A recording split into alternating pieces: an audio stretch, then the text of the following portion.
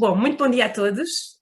Vamos então a mais um podcast alusivo a este tema sobre as profissões no desporto, o que é que o futuro nos reserva.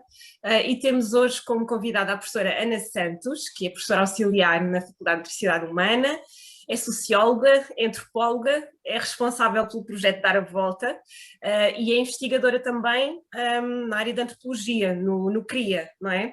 Professora, muito obrigada por ter aceito o convite para estar aqui hoje. Julgo que isto é um presente envenenado e, portanto, eu de qualquer maneira agradeço, porque eu gosto deste certo? Não é nenhum presente envenenado. Isto é uma conversa de café, ok? Em que vamos falar descontraídamente de assuntos que podem ser sérios, ok? A ideia é esta. E a primeira questão que eu coloco é que tenho colocado aos outros entrevistados nós já estávamos a atravessar um processo de revolução digital, não é? Estava a acelerar uma quantidade de coisas, muito só ouvia falar que há profissões que vão desaparecer, há novas profissões que não se faz ideia o que é que vai aparecer por aí. A história da pandemia veio acelerar todo este processo, não é? De repente fomos todos mandados, olha para aqui, para o Zoom, para estarmos a conversar uns com os outros. Então, queríamos saber, de pessoas experientes nas suas áreas, o que é que se pode perspectivar? O que é que vai acontecer às profissões é que nós achamos que vão desaparecer, que vão ser reformuladas e como? E a primeira questão é esta, Ana, o que é que achas que vai acontecer nas áreas do desporto, do exercício e saúde, do lazer, em termos de novas profissões? O que é que aí vem? Ora bem, para falar de novas profissões, eu fazia primeiro aqui uma introduçãozinha ligada com as tendências, o que é que se adivinha? E há um livro muito bom do Schoub que fala sobre a quarta revolução industrial. E o que ele nos diz é que esta fusão do mundo físico com o digital, com o biológico, vem alterar não só o que fazemos e como fazemos, mas essencialmente o quem somos. E aqui é que reside o perigo.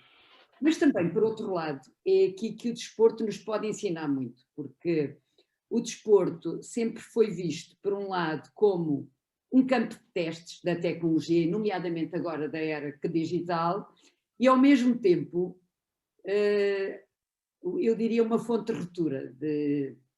É ali que se testa parte da tecnologia, é ali que se ela contesta e é ali que o conflito se gera também, muitas vezes, na alta competição. Eu penso que, por exemplo, aqui há 10 anos atrás se aventava que o desporto iria ser cada vez mais violento, cada vez mais desumano e cada vez mais individualista. E, no entanto, pelo que eu tenho lido agora, ultimamente, o desporto vem procurando a paridade, tanto nos grandes eventos como nos pequenos, tem procurado a inclusão de todos, inclusive nas questões de género. Neste momento há uma grande discussão sobre as questões do transgénero, que é pensado ser uma categoria à parte, ou se é misturada, ou se vai haver categorias mistas, e portanto é no desporto que esta conversa se está a dar, mesmo. Sendo ela polémica, que não interessa, mas é no desporto que ela se está a dar. Pois, a questão dos direitos humanos, sempre colocada em cima da mesa, o respeito pelas minorias, ou seja, o desporto vem-se revelando sempre uma plataforma também de descoberta e discussão das novas tendências, com as duas novas que estão agora a vir, que é a questão dos direitos dos animais, e eu pergunto se daqui a 30 anos vamos ter competição a cavalo, e se montaremos os cavalos, certo?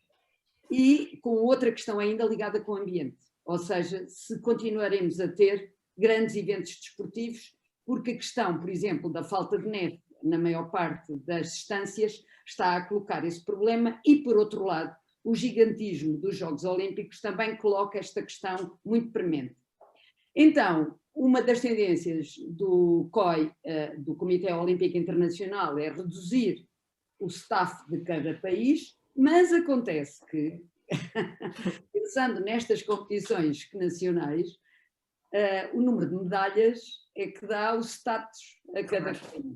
Ora, se eu reduzo o número de pessoas, não é? Então eu reduzo ainda mais dos pequenos países se afirmarem nesse campo de excelência. E, portanto, outra das questões que se coloca para o futuro é se este tipo de competições vai continuar a ser nacionalista ou se voltamos ao digamos assim, quando o olimpismo foi criado, por incrível que pareça, não era uma competição propriamente entre países, era uma competição entre atletas, não é? E, portanto, neste momento, se vamos voltar aí, uma competição entre atletas. Porquê? Porque os jovens, neste momento, colocam-se mais face a atletas, ao Ronaldo, a este ou àquele, do que propriamente ao país ao que o Ronaldo é o nosso mal, não é? Portanto, o que nós vamos ter nesta onda de velocidade, de revolução e de mudança social, o digital vai ser a grande transformação e é aí que reside também a maior parte das profissões para o futuro, nomeadamente na nossa área, na análise de dados. São os dados que vão determinar a vitória, aqueles mínimos décimos segundos entre uns e outros. E, portanto, é esta análise de dados que vai ser determinante. Porquê esta análise de dados? Porque, neste momento, o que se está a dar aqui é uma tecnologia a ser desenvolvida tanto ao nível da performance, com os sensores, com aquelas coisas vestíveis, com hardware, robótica, tudo isto aplicado à medida do corpo, à medida da performance, a todo este tipo de medidas, e tudo isto vai ser tratado com excesso de dados, obviamente, o meu relógiozinho, porque eu não estou a falar só do profissional. Sim. Tudo dá 9 GB de dados biológicos à Apple. Portanto, e depois aqui estão os paradoxos do costume. Eu dou 9 GB de dados, mas o Estado português, nem o meu presidente de junta, fica com nenhum dado meu sobre como é que me pode melhorar o meu cotidiano ao nível da atividade física e desportiva. Portanto, nós andamos aqui sempre entre um vazio de dados e um excesso de dados. E a este nível, o blockchain, que é a proteção de dados, também vai ser uma das áreas de grande investimento e de saída profissional, que é como é que eu tenho dados, como é que eu os trato, nomeadamente ao nível da atividade física e desportiva dos cidadãos comuns, e como é que ao mesmo tempo eu os protejo ao nível de identidade. Porquê? Porque as seguradoras, naturalmente, que são muito importantes a este nível. As seguradoras vão perder uma fatia muito grande com os acidentes de automóvel, na medida em que a automatização e a robotização vai aumentar e, portanto, elas vão perder a fatia, que é a fatia de e onde é que elas vão querer ganhar? É nos seguros de vida e nesses seguros todos. Ora, esses seguros, se eles tiverem dados da minha atividade física, até me podem melhorar o seguro em função dos números de minutos que eu faço. E não é isso que nenhum de nós está interessado. Que é as pessoas, de facto, começarem a ser responsabilizadas pela sua atividade física, e nós temos que pensar que há uma desigualdade perante estas coisas, ao nível da informação, da capacitação das pessoas para esta realidade, etc. Portanto, outra área de grande investimento é ao nível da tecnologia do processamento da informação. E aqui sim, nós vamos ter o Big Data, a inteligência artificial, o blockchain eu já falei, e a computação quântica. Quem é que vai tratar desta coleta e análise de dados no desporto? Serão só os informáticos? Mas eles têm capacidade de entendimento destas análises de jogo? Quais são os desportos para o futuro? Uns vão se perder. Há outros que vão aparecer, certo? E há novos desportos neste momento a aparecer, nomeadamente ao nível digital. Estes esports e games é uma fatia, mas não é a fatia por inteiro. Porque há aqui, por exemplo, o Andy Mia, que é um sociólogo do desporto, diz que os novos eventos vão todos migrar devido aos problemas ambientais que se levantam, etc. Por exemplo, eu que estudo o ciclismo, nós temos a ideia que a corrida de bicicletas, a volta a Portugal, é das coisas melhor de relação com o ambiente. E não é. Duvido. É uma ambiental grave. Porque o número de automóveis que segue atrás dos ciclistas é maior que o pelotão. Pois. Além do avião e dos 2 helicópteros para filmagens. Portanto, qual vai ser o futuro a este nível, por exemplo? os drones. Os drones, porque reparem, o número de automóveis de árbitros no meio dos ciclistas é muito, até lhes põe às vezes em risco a sua integridade. Sim, sim. Porque, por exemplo, os carros de filmagem não podem andar do lado direito ou do lado esquerdo, porque senão dão imagens os ciclistas a irem uns contra os outros. Eles têm que ir sempre do mesmo lado. Quando a curva é feita para um lado e o carro vai deste lado, está tudo protegido. Agora, quando faz isto, os ciclistas ficam em perigo. Portanto, os próprios automóveis são uma fonte de chatice, de conflito com os perturbação.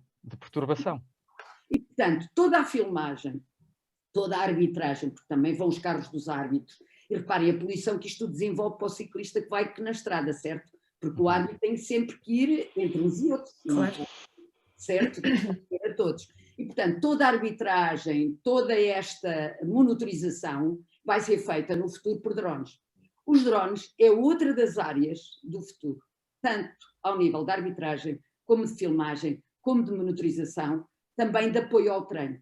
E, portanto, há aqui, por exemplo, ao nível do treino do atleta, 3 grandes momentos. O antes, o durante a competição e o depois. O antes e o depois vai ser altamente tecnológico, de desenvolvimento, por um lado, de preparação para o treino, não é? Com dados, com realidade virtual, realidade aumentada, para todos estes treinos. Nomeadamente, por exemplo, agora em pandemia, se nós tivéssemos essas condições já instaladas, qualquer miúdo treinaria basquete em casa, desde que tivesse aquelas condições de realidade aumentada, num quarto que fosse, com bolas virtuais, com etc. Não é? Como o Ronaldo tem, um quarto em que aparecem bolas virtuais e ele chuta-as e vai marcando uma pontuação de acordo com o sítio em que marca, não é? Portanto, eu não estou a falar do futuro, estou a falar já de coisas que existem. Sim, sim, sim. Portanto, esta realidade virtual e a realidade aumentada de apoio ao treino vai ser cada vez mais premente e depois, ao nível da prevenção de lesão e também ao nível do tratamento desse próprio corpo, não são só os atletas que vão ter essa benesse, nós todos também. O aumento de esperança de vida vai aumentar, independentemente das pandemias que cada vez vão mais. Nós vamos viver com as pandemias. Aliás, houve um autor que escreveu sobre pandemias e disse exatamente o problema é que entre a anterior e esta, muitos poucos sobreviveram para contar. Então há como que um desmemoriar coletivo sobre a última pandemia de 1917-18, foi por aí. E, portanto, neste momento, esta pandemia veio questionar, nomeadamente, as questões do excesso ligado com a carbonização ambiental, etc., etc., veio pôr de novo esse problema, não é? E agora aqui, ao nível biológico e de tratamento dos corpos, ao nível da utilização dos sistemas de criogéneos, é assim que se fala? Sim, sim, no frio. Por outro lado, o treino como se fossem os atletas a recuperar de lesões com máquinas que lhes retiram a gravidade, portanto eles podem correr sem terem um impacto. Portanto, tudo isto já existe, não estou em ficção científica, mas tudo isto vai ser cada vez mais popularizado, divulgado. E, portanto, uma das questões que se coloca é até onde é que vai a nossa esperança de vida e se no futuro nós não vamos ter categorias de idade também a concorrer. Visto que nós temos o trail, as corridas, neste momento mais populares, etc., certo? E se isso também não se vai desenvolver. Mas atenção, se nós aumentamos o número de categorias, também aumentamos o número de participantes nos eventos. Então, isto coloca novamente uma pressão sobre os eventos, de tal maneira que o ANDIMIA fala num programa espacial para a competição desportiva, ou seja, o grande evento realizar-se todo num encontro imersivo de ciências, mas ali tudo realizado, um encontro internacional ao nível de imersão. Esta imersão, neste momento, está a ser muito mais, por exemplo, investigada ao nível do espectador, porque o espectador vai deixar de ser espectador e já é, não é? Já não é propriamente o espectador que está sentado à espera que venha, mas vai-se tornar-se cada vez mais ativo. E toda a experiência e sensação e emoção vai ser uma nova área de exploração também, que é o que é que a pessoa sente quando está a ver qualquer jogo. E, através de realidade virtual e de realidade aumentada, eu poder participar no jogo de futebol através do Ronaldo, por exemplo. Era uma das coisas que eu gostaria. Não é?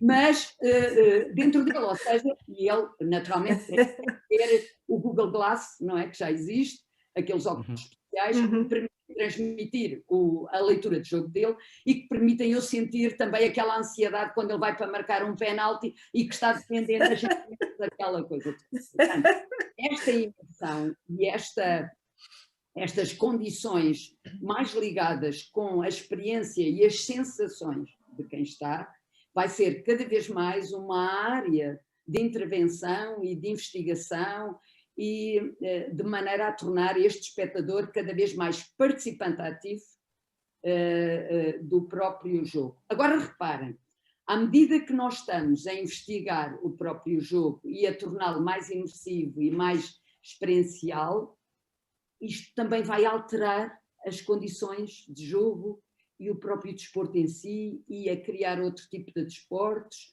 e isto depois também cria outras sensações, outras emoções, e cria-se aqui um ciclo a este Ou seja, Ana, o que prevês então é que cada vez mais, principalmente em termos de formação académica, será útil, desejável, se não para dizer imprescindível, que as ciências do desporto se unam e façam sinergias, por exemplo, com as ciências da computação, com as ciências da análise de dados. Porque pareceu-me que uma das coisas que tu estavas a dizer é que, sim, a análise de dados é sem dúvida alguma uma área de muita importância, mas o pessoal que faz análise de dados tem que conhecer o fenómeno em si. Portanto, se calhar as profissões que vão aparecer é o tipo de formação académica que nós estamos a receber também é no sentido de tentar perceber que partido é que vamos tirar de poder trabalhar com gente que está na análise de dados, com gente que está nas novas tecnologias, com gente que está nas ciências da computação. É por aí que vês o futuro? Sempre achei que devíamos ter essa área lá na faculdade, aliás, porque ela, aqui há uns anos atrás, também nasceu lá com a Infodesporto, que começaram por criar a empresa de análise de dados e que depois ramificou noutras, que já faz uns anos, não é? Portanto, o natural era que já tivéssemos isso, certo? Depois, uma das áreas em que, por exemplo, se vocês forem ver, a Federação Internacional de eSports da Grã-Bretanha tem todo um site pedagógico mostrando aos pais o que é que os alunos, o que é que os seus filhos jogando esportes ganham do ponto de vista de educação digital. Mas atenção, os britânicos foram mais longe e já na escola primária eles estão a aprender a linguagem informática, ou seja, várias linguagens de saber que é um algoritmo. E programação. A programação, há já ali umas cadeiras, porque os miúdos pequenos aprendem isso com muita facilidade. Nós agora estamos preocupados com o ensino do inglês, não é? Mas o ensino do inglês não se vai colocar, porque o Google vai nos tratar disso. Eu vou falar em português, o chinês vai ouvir em chinês, o alemão vai ouvir em alemão, e o futuro dos eventos, mesmo de congressos internacionais, vai ser assim. Porque esta vantagem dos ingleses sobre mim, eu que domino muito bem a língua portuguesa, posso me gabar disso, certo? E domino mal a inglesa e todas as outras, obviamente, porque não são línguas que entendem. E, portanto, este domínio dos ingleses vai acabar na medida em que os chineses naturalmente batem o pé e também querem que o chinês seja utilizado. Portanto, além de tudo, uma língua é uma questão cultural muito importante e o futuro não vai ser perder, não. Esta polifonia vai vingar do ponto de vista de singularidade até, que é importante, certo? E, portanto, o futuro passa também por nos preocuparmos mais ao nível da educação digital e termos, neste momento, um secretário de Estado a esse nível, muito preocupado, por exemplo, com os e-games e com os e-sports, e devia estar em relação já com o secretário de Estado do Desporto, certo? Esta relação já devia existir há muito tempo, porque é através deste tipo de educação jogada que os miúdos também aprendem a lidar com uma nova era em que eles vão viver, já vivem, nós todos já vivemos. Eu estou na minha aldeia a ouvir o sino a bater as horas e comparo a casa onde nasci com não é? E as condições que tinha. Eu nasci aqui com uma quinta sem água canalizada, sem esgotos, certo? Eu neste momento estou da minha casa a falar convosco, cada um na vossa casa. A evolução que tudo isto e a mudança que ocorreu em 50 anos, que nós achamos que foi muita, vai ser exponencial. Não vai muito mais rápido. Pagar, achamos que foi rápida, mas vai ser muito mais rápida. Portanto, eu penso que a formação já devia ter apoio, nomeadamente a tecnologia, no apoio à governança e à gestão. Porque toda a recruta de talentos, por exemplo, tanto ao nível desportivo quanto ao nível mesmo de prestação de serviços, e eu agora aqui remetia para uma obra importantíssima que se chama Globotics. A Globotics mostra como é que esta revolução, se a primeira que trouxe a mecanização e a robotização para a agricultura e colocou no desemprego muitas pessoas, porque naturalmente o trator substitui pessoas a cavar a terra, certo? A segunda foi na indústria, com a robotização e com o trabalho de massa todo dividido, e não é? O Ford, cada um a fazer a sua tarefa o mais rápido que pode. E os robôs são muito mais rápidos a fazer isso, obviamente, e não cometem tantos erros, ainda por cima, se bem que há o controle de qualidade humana. Neste momento, ao nível da realidade aumentada, conjugada com o holografismo, que é outra das grandes áreas de desenvolvimento neste momento, o holograma, e a presença humana em holograma vai dar cabo portanto, vai aumentar o desemprego nos serviços. Porquê? Porque a competição vai ser internacional. E nós íamos ter esta conversa aos três, aqui, ou na vossa mesa, ou na minha mesa, com presenças indiscutivelmente 3D, e, portanto, o futuro também passa por aí. E, por isso, há toda uma nova competição também ligada com esta presença em que eu consigo também competir ou com o avatar, ou com o meu próprio corpo em holograma, ou então ainda a versão tradicional do corpo físico pela força, etc.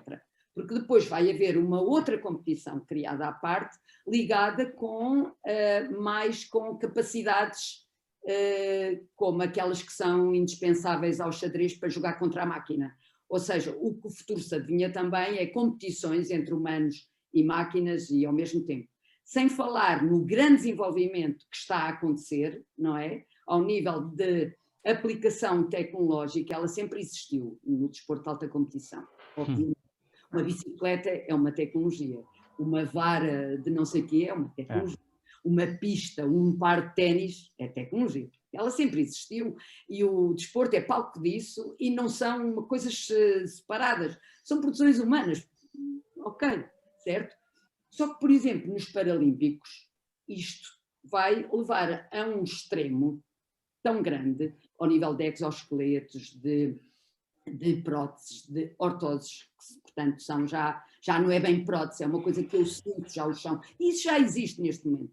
A classificação é um problema. A classificação dos atletas é um problema. Por causa disso. O dia em que os recordes dos Paralímpicos nos 100 metros sejam melhores que nos Olímpicos, eu questiono.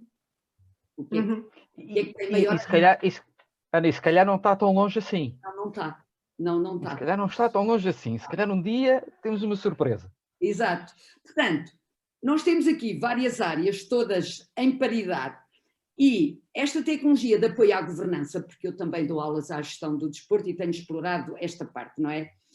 Tanto ao nível da gestão das instalações, por exemplo, com a internet de todas as coisas, que é outra das grandes áreas que neste momento está em desenvolvimento. toda a instalação, tudo o que lá está dentro está ligado à internet. E, portanto, há que saber analisar estes dados, há que saber tratá-los, certo? E há que saber depois gerir não é? Todos estes dados. Portanto, se eu não sei analisar dados, porque reparem, os estádios vão ter cada vez mais soluções de imersão. E é isso que vão oferecer ao espectador, que já não vai ser o espectador, não é? E, portanto, toda esta solução imersiva vai também alterar o próprio espetáculo. Alterando o próprio espetáculo, altera a solução imersiva. E, novamente, voltamos àqueles virtuosos de alteração do desporto em si, da modalidade. E da forma como eu o vejo, como eu o analiso, como eu o observo. Filipa, tens alguma questão para colocar à Ana? Estava a pensar no papel do treinador. O treinador vai ter contornos diferentes, vai continuar a ter um papel essencial no atleta ou não? Vai desistir, vai ser substituído por uma aplicação? O treinador. Se calhar já é. O treinador e o médico desportivo. O que nós vamos ter no futuro não são figuras tão estanques quanto o que tivemos até agora, não é? São figuras de múltipla formação ou então equipas mas mesmo a sério, não é? O que a gente diz agora que é multi e depois não é, e os colegas nem se conhecem uns aos outros, nem sabem o que é que e os outros. Aqui o que se trata é, por exemplo, a partir do momento em que os atletas têm sensores vestíveis, sistemas de rastreio ao desempenho, certo?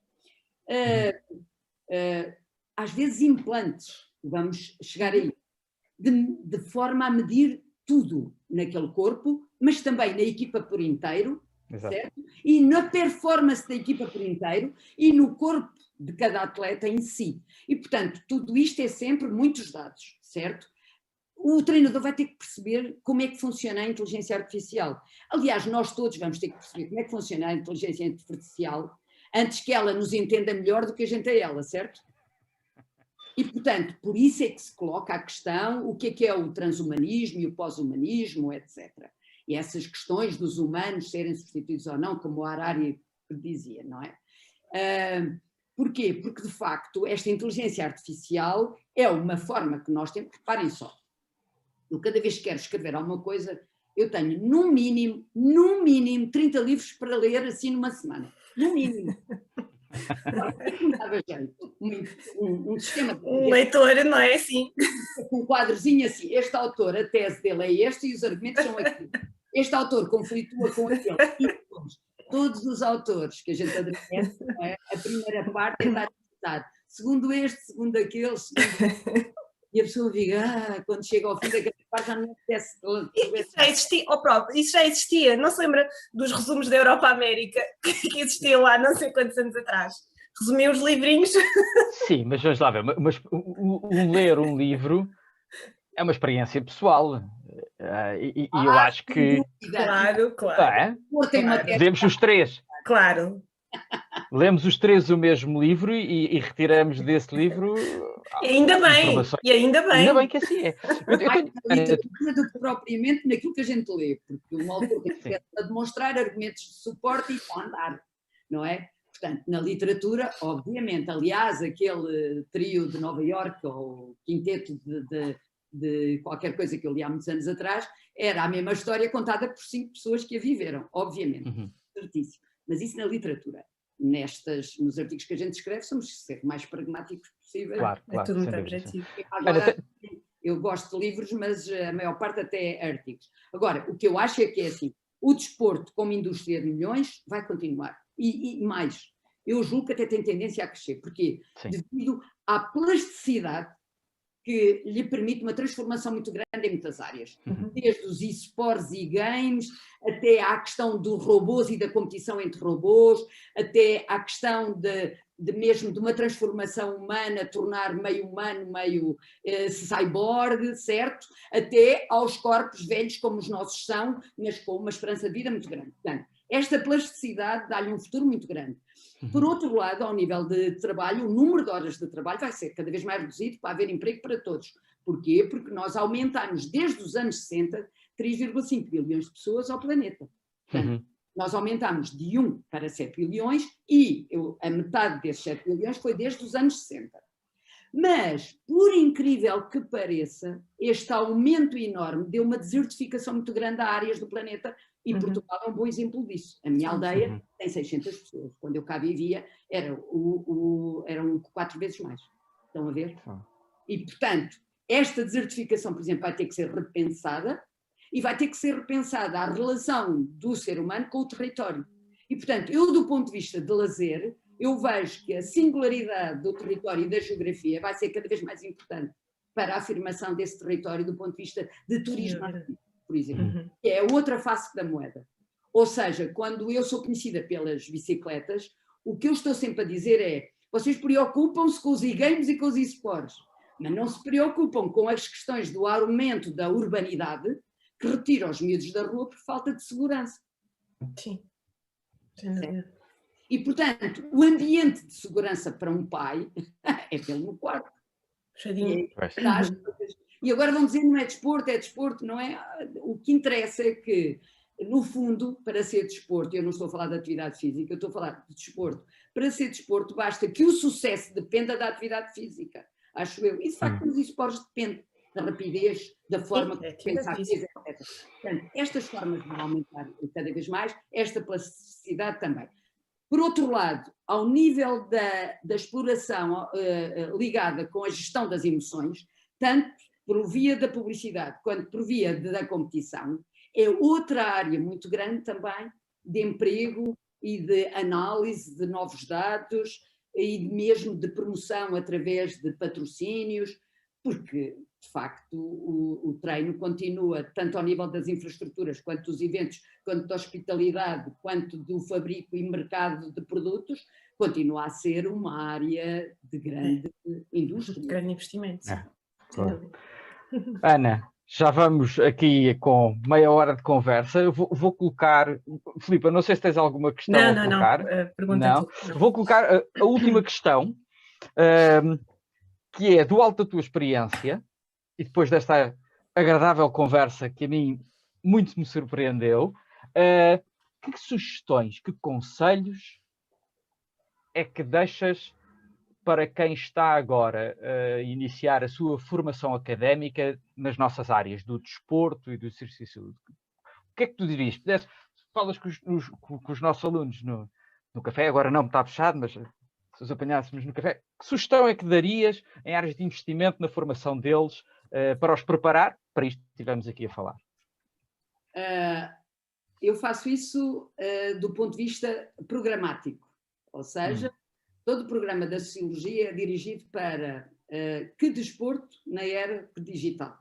E em cada sessão escalpelizamos um tema. E, portanto, eu dou-lhes Big Data, dou-lhes eSports, dou a quarta revolução industrial do Choube, dou a Globotics, e tenho-te a dizer que os alunos adoram e começam a pensar que, de facto, a vida deles é outra, que não era aquela que pensavam. Portanto, mostro-lhes, por exemplo, como é que o Speedgate, que é um novo desporto de 6 contra 6, com 3 balizas, que é para aí que se calhar vamos evoluir, e todo este Speedgate foi criado através de inteligência artificial, que analisou dados de 400 desportos, 7.300 regras e 10.000 imagens, e com base nisto criou um novo desporto, completamente louco, certo? Com 3 gates, como eles chamam, não é? Portanto, não é bem balizas, mas é a possibilidade de marcar a meia e de marcar em cada uma delas e dos dois lados, extraordinariamente rápido, só com 6 jogadores, misto, bem, extraordinário, pronto. E, portanto, eu prefiro que os alunos tomem consciência da mudança, tomem consciência de obras de referência, vejam as tendências para o futuro. Por exemplo, uma das tendências que eu lhes mostro sempre os meus cabelos brancos, visto que nunca pintei, que é o de SAIV, da Sociedade Prater Silver Society, certo? E a forma como o nosso envelhecimento vai ser cada vez pessoas mais jovens entre aspas. Eu tenho 57 anos e subi à Serra da Estrela anteontem, bicicleta elétrica. Em forma. Eu estava a ver que morria. Para a bateria de ser em eco, e não faço ideia, bicicleta 22 quilos ali. E, portanto, estas tendências, eu penso que é muito mais importante dar aos nossos alunos tendências para o que é que a sociedade vai evoluir e depois eles próprios, por si, tomarem consciência da mudança, da forma como a digitalização já entrou, certo? E colocá-los com um nível de consciência que lhe permita optar e mais, lhes permita a autoformação, que vai ser cada vez mais importante. Aliás, todo o programa de Sociologia, por exemplo, é descoberta guiada. Eles têm que, depois de cada Fazer sessão, as escolhas conscientes.